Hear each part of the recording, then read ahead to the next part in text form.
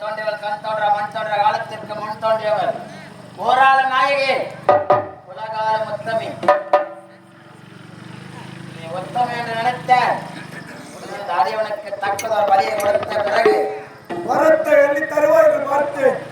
ஆனால் என் நிலத்திலே வரத்தை கொடுத்து விட்டு கொடுத்து வர போய்த்தது என்று உரைத்தாயே. நீ அடி உத்தமே, நீயா பட்டி.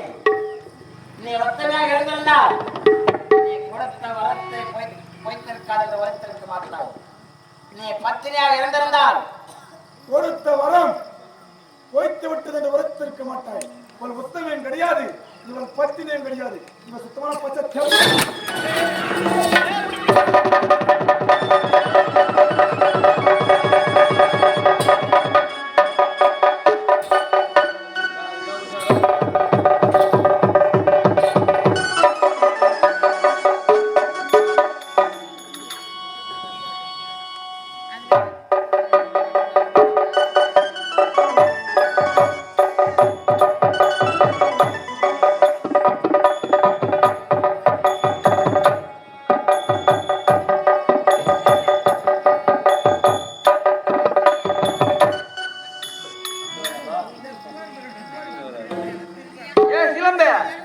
என்னங்க எஜமா வீர சூழ்நிலை இப்படி இந்த ஓட்டம் வர்றாங்க.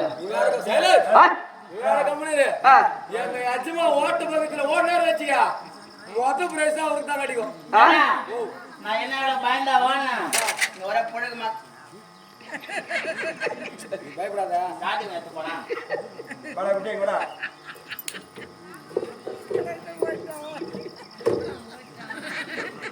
உயிரை கையில போச்சா கம்யூனிட்டி இப்பதான் கிழக்கு மறுக்குங்க.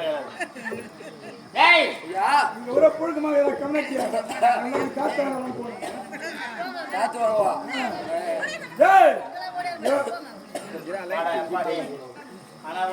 நல்ல நேரத்துக்கு காப்பாற்றணும். அதனால வாய தர நான் தான் உங்க அப்பா ஏன் மேல ஊத்துறேன்பா.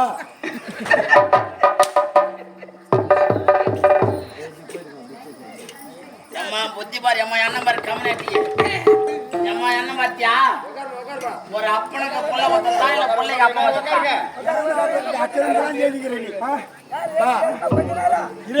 இருந்தாலும் பரவாயில்ல. காரணம் மூக்கு நிகழ்ச்சி மாறி ஒண்ணு தூக்கிடுச்சு. உனக்கு போனாலும் குடி சீக்கிரத்துல வந்துடுச்சு. அதுக்கு சின்ன பிள்ளை கூட கிளம்ப நீ ஒரு மூக்கு மூத்துறா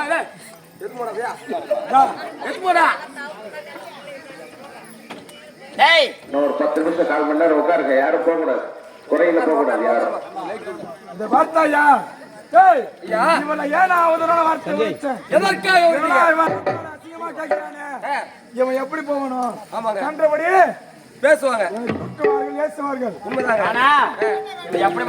எப்படிப்பட்டவங்க ஒரு பெண்ணின் மனைவி பெண்ணை புரிய மாட்ட உரைப்பார்கள். உண்மைதானே?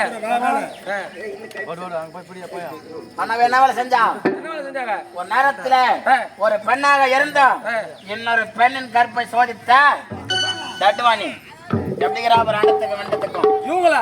ஆமாண்டா. எப்படிங்க? ஒரு நேரத்துல நாதனுக்கு மனதில் அவர் பெருத்த சந்தேகம். எப்படிப்பட்ட சந்தேகம்? எப்படிப்பட்ட சந்தேகம்? வளர்ந்த உலகத்திலே பத்தினி உத்தமி ஒருவர் இருக்கின்றாளா என்ற சந்தேகம். உடனே என்ன செய்தான்? என்ன செய்ய? அந்த சந்தேகத்தை தீர்த்துக் கொள்ள வேண்டும் என்றால் என்ன செய்வான்? எந்த ஒரு வேலை செய்தாலும் அவன் களத்திலே ஆரம்பிப்பான். ஆக யாரு முதலாவது என்ன செய்தான்?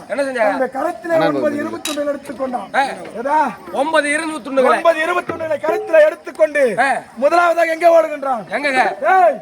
இது அமர்ந்திருக்கின்றாள் ஆதியிலே தோன்றிய ஆதி சக்தி இவன் இடத்திலே ஓடி வருகின்றான். பாட்டி என் மனதிலே ஒரு சந்தேகம் ஏற்பட்டிருக்கின்றது. அந்த சந்தேகம் தீர வேண்டும் என்றால் என் களத்திலே இருக்கக்கூடிய இரும்பு துண்டுகள் வருகலையாக வருபட வேண்டும்.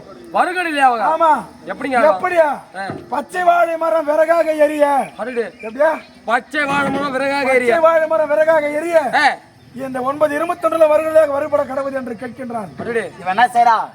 கடவுளாக இருக்கக்கூடிய கர்ப்பம் உடனே முடியாது என்று யோசித்து பார்க்காமல் முடியாது என்று உரைத்து விட்டால் முடியாது சொல்லிட்டாங்க. இரண்டாவதாக எங்க செல்கின்றான்? எங்க?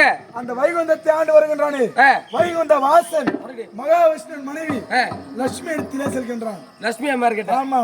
அவளும் என்ன உரைக்கின்றாள்? என்ன உரைச்சாங்க? எப்படி சாத்தியம்? இந்த இரும்பு துண்டராகப்பட்டது வருகடலை யாக போக வேண்டும் என்றால் அடடே. பச்சை வாழை மரம் விறகாக எரிய எப்படி இது சாத்தியம் என்று கேட்கின்றார். என்ன காரணம்? என்ன காரணம்? பச்சை வாழை மரம் எரியுமா? எப்படி ஏரியும்? இரும்பு துண்டுகள் வருகிறது ஆகுமா? ஒரு பொழுது முடியாது. வாய்ப்பு இல்ல, சாத்தியமா இல்ல. இருந்தாலும் நாரதன் எப்படிப்பட்ட நிபந்தனை முன்வைக்கின்றான் பார். மூன்றாவது எங்கே செல்கின்றான்? அந்த சத்தியலோகத்தை பரிபாலம் செய்து வருகின்றானே அடடே. நான்முகன் பிரம்ம நேவரத்தில் செல்கின்றான். அடடே. அவனும் முடியாது என்று உரைத்து விடுகின்றான். சரஸ்வதியாகப்பட்டவள் உடனே செய்றான். என்ன செய்றாங்க? மனதில் இருக்கக்கூடிய சந்தேகம் தீர வேண்டும். தீரணும். இந்த பூலோக மக்களுக்கு தகுந்த நெறிமுறையை எடுத்து காட்ட வேண்டும். அடடே. எப்படியா தகுந்த வழிமுறையை காட்ட வேண்டும் என்பதற்காக ஓடி வருகின்றான் பூலோகம். பூலோகத்திற்கு வந்தவன் எங்க வரான்? எங்க? நேரா பம்பா நதி கரைக்கு வரான். பம்பா நதி கரைக்கு? ஆமா, பம்பா நதி கரைக்கு ஓடி வந்து அங்கே பம்பா நதி கரையிலே ஆலமரத்தின் அடியிலே ஒரு குடிசையாகப்பட்டது இருக்கின்றது. குடிசை? அது யாரோட குடிசை? யாருதுங்க? அத்ரி மகரிஷி என்று சொல்லக்கூடிய முனிவரின் குடிசை. அப்படிப்பட்ட அத்ரி மகரிஷின் குடிசையாகப்பட்டதிலே அவருடைய மனைவி அனுஷா தேவி அம்மையார் இருக்கின்றார்கள். அனுஷா தேவி அம்மையார். ஆமா, அவங்க எப்படிப்பட்டவங்க? எப்படிப்பட்டவங்க? கணவனே கண்கண்ட தெய்வம். அடடே. கணவனை தவிர்த்து வேறொரு ஆடவனை ஏறெடுத்து கூட பார்க்க மாட்டாங்களாம். பார்த்தது கிடையாது. அப்படியே வாழ்ந்து வருகிறார்கள் அனுஷா தேவி அம்மையார். அடடே. அவர்களை பார்த்தவுடன் நாரதன் செய்கின்றார். என்ன செய்யாங்க? ஆஹா, தக்கதொரு வழி பிறந்து விட்டது. இந்த தாயிடத்திலே சென்று நம்முடைய சந்தேகத்தை தீர்க்க வேண்டும் என்பதற்காக அந்த அம்மையாரை ஏறெடுத்து கூட பார்க்காம பூமியை பார்த்தே செல்கிறான் நாரதன். காரணம் என்ன? என்னங்க? நம்ம உடலில் இருக்கக்கூடிய கொடிய உறுப்புகள் முதல் உறுப்பு எது தெரியுமா? நம்ம கண்கள் தாங்க. நம்முடைய கண்கள் தான். பார்க்கின்ற ஒரு பொருளை நல்லதாகவும் தீயதாகவும் எடுத்திருக்கக்கூடியது கண்கள் தான். நம்முடைய கண்கள் தான். ஆகையால அப்படிப்பட்ட குரூர உறுப்பினால் கண்களை பார்க்கக்கூடாது என்பதற்காக இந்த பூமியை உற்று நோக்கி கொண்டு தாயே என் கரத்திலே 9 இரும்பு துண்டுகள் இருக்கின்றது. இந்த 9 இரும்பு துண்டுகளும் வருகடையாக வேண்டும். ஆனால் ஒரு நிபந்தனை, பச்சை வாழை மரம் விறகாக எரிய, பச்சை வாழை மரம் விறகாக எரிய என்பது 9 எறும்பு துண்டுகளும் வருகடையாக போக வேண்டும் என்று கேட்கிறார்கள். உடனே என்ன செய்கிறார்கள்?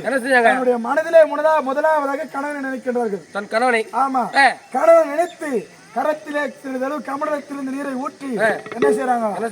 இது வரையில நான் பத்தினியாக வாழ்ந்து வந்தது உண்மையானால், கணவனே கண்கண்ட தெய்வம் என்று வாழ்ந்து வந்தது உண்மையானால், இந்த 9 இரும்பு துண்டுகளும் பச்சை வாழை மரம் எரிய வருகடலையாக போக கடவுது. அம்மையார் சொல்றாங்க. ஆமா, எந்த ஒரு காரியத்தையும் ஒரு திருமணமான ஆணும் சரி பெண்ணும் சரி சதியம் பதியமாக வாழ்ந்தவர்கள் என்ன செய்யணும்? என்ன செய்யணுங்க? முதலாவதாக எந்த ஒரு வேலையை தொடங்க இருந்தாலும் சரி, எந்த ஒரு சிந்தனையாக இருந்தாலும் சரி, தன்னுடைய சரிபாதியாக இருக்கக்கூடிய கணவன் மனைவி இதையே பகிர்ந்து கொள்வது நல்லது. அப்படிப்பட்ட செயலை செய்தார் யாரு? அனுஷா தேவி அம்மையார். முதலாவதாக கடவுளை நினைக்கவில்லை, கணவனை மனதில் நினைத்தார்கள். கமண்டலத்திலிருந்து நீரை எடுத்து அந்த இரும்பின் மீது தெளிக்கின்ற வேலையில பச்சை வாழை மரம் விறகாக எரிய 9 இரும்பு துண்டுகளும் வருகடையாகிவிட்டது. நாரத சமர்ப்பணா எப்படிங்க இருப்பா? ஓடுகின்றான் உலகம். இது அமர்ந்திருக்கின்றால் பார், ஆதியில தோன்றியவர் ஆதிசக்தி இவள் இடத்திலே ஓடி வந்து உரைக்கின்றான். உலகிற்கு ஓடி முப்பெரும் தேகரத்திலே உரைத்தவன் என்ன செய்யறாங்க? உடனே அண்டத்துக்கும் வெண்டத்துக்கும் குதிக்கிறாளுங்க. இந்த உலகத்துல நான் தான் பத்தினி, என்னோட பூலோகத்துல ஒருத்தி பத்தினி ஆணவத்துல இருக்கிறாளா அப்படின்னு நாரதமே கலகமூட்டி விடுறான். இந்த பூலோகத்துல தான் தான் பத்தினி என்ற ஆணவத்தோட ஒரு பெண் வாழ்ந்து வருகிறாள். அவளுடைய ஆணவத்தை நீங்கள் தான் குறைக்க வேண்டும் என்று சொல்கின்றாங்க. போய் ஒன்னு என்ன செய்யறாங்க இவளுங்க? இவருடைய கணவனிடத்திலே முறையிடுகிறார்கள். இவருடைய கணவன் யாருங்க? ஆதியிலே தோன்றிய ஆதிசிவன். அவன் இடத்துல முறைன்ற வேலையிலே 30 தேவர்களும் ஓடி வருகின்றார்கள். பூலோகத்திற்கு வந்து எப்படி செல்கின்றார்கள்? எப்படிங்க? அந்தனர் வேடம் தரித்து அனுஷா தேவி அம்மையாரின் வாசல் படியே போய் நின்று, தாயே எனக்கு பசிக்கின்றது,